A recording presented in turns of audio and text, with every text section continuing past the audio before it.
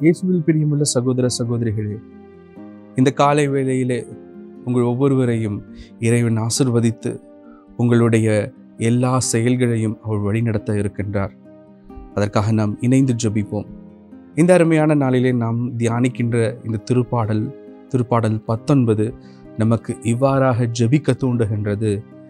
ஆண்டவரே, உம் வார்த்தைகள் வாழ்வு தரும் ஆவியை கொண்டிருக்கின்றன என்று.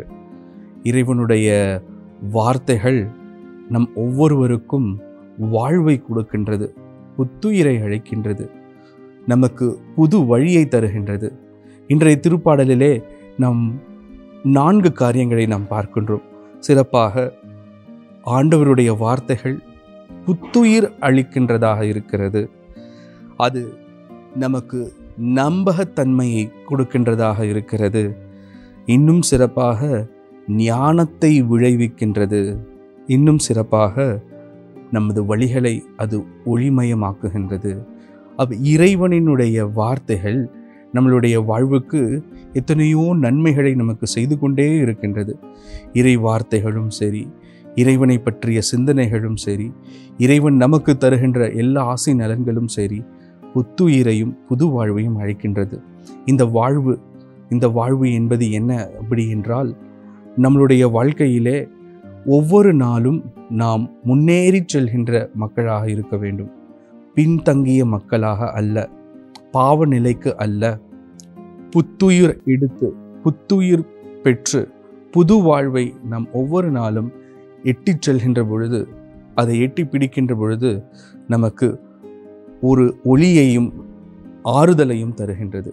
ஆக இறைவனுடைய வார்த்தை நமக்கு புத்துயிரை, புது வாழ்வை, நம்பிக்கையை, ஞானத்தை தருகின்றதாக இருக்கிறது என்றால், நம்மளுடைய வாழ்வும் இத்தகைய 4 காரியங்களையும் பிரதிபலிக்கின்ற ஒன்றாக அமைய வேண்டும். இந்த திருப்பாடல் அதுதான் நமக்கு கற்றுக் கொடுக்கின்றது. திருப்பாடல் 19 இறைவார்த்தை 14 நாம் வாசிக்கின்றோம். என் கட்பாரையும் மீட்பருமான ஆண்டவரே, என் வாயின் சொற்கள் உமக்கு ஏற்றவையாய் இருக்கட்டும், என் உள்ளத்தின் எண்ணங்கள் உமக்கு வந்தனவாய் இருக்கட்டும் என்று திருப்பாடல் ஆசிரியர் ஜெபிக்கின்றார்.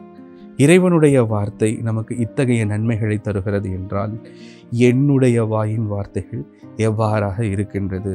அன்புக்குரியவர்களே, இறைவனுடைய வார்த்தையை நாம் கட்டளைகளையும் நாம் கடைபிடிக்கின்ற பொழுது எத்தனையோ ஆசை நலன்களை நாம் பெற்றுக்கொள்கிறோம். யோபு, அவருடைய வாழ்வு ஒரு உதாரணம். இறைவனுடைய கட்டளைகளை அவர் கீழ்ப்படிந்து ஏற்றுக்கொள்கின்றார். அந்த யோபுவுக்கு இறைவன் தருகின்ற ஆசி மொழிகள். யோபு புத்தகம் 22வது அதிகாரம் 28வது இறைவார்த்தை இவ்வாறாக ஆண்டவர் யோபுவை பார்த்து சொல்கின்றார். நீர் நினைப்பது கைகூடும், உன் வழிகள் ஒளிமயமாகும் என்று சொல்கிறார். இறைவனுடைய கட்டளைகளை, அவருடைய வார்த்தைகளை ஏற்று மனதில் பதித்து வாழ்ந்ததன் காரணமாக அவர் நினைப்பது எல்லாம் கைகூடியது, அவருடைய வழிகள் எல்லாம் ஒளிமயமானது.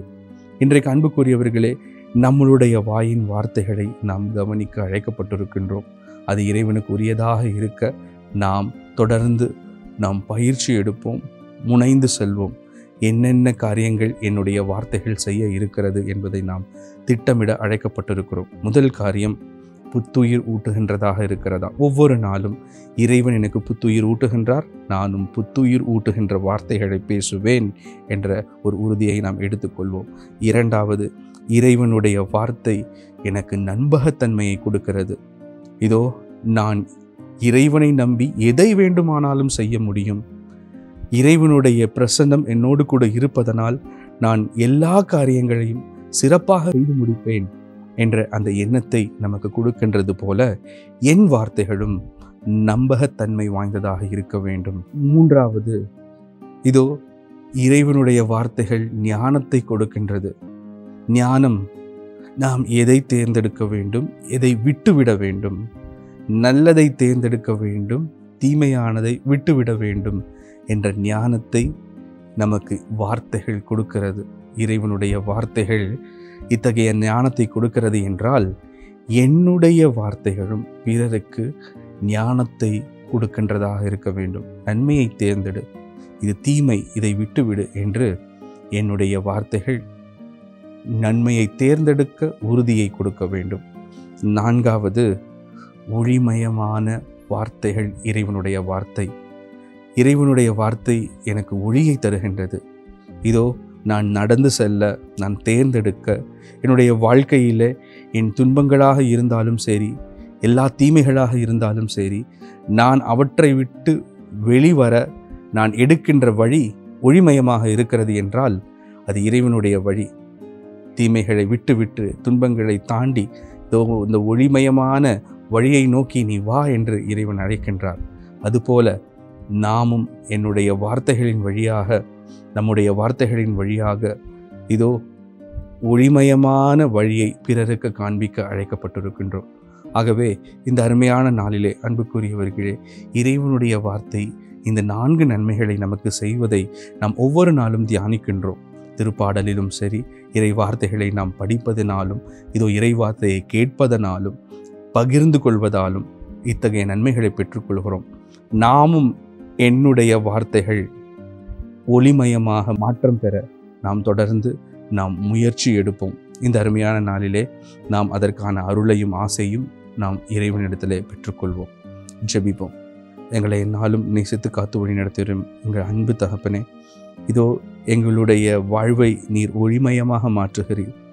நீர் எங்களுக்கு நம்பிக்கையை கொடுக்கின்றீர், புத்துயிர் ஊற்றுகின்றீர். இதோ இன்னும் பல ஆசி நலன்களை வழங்குகின்றீர்.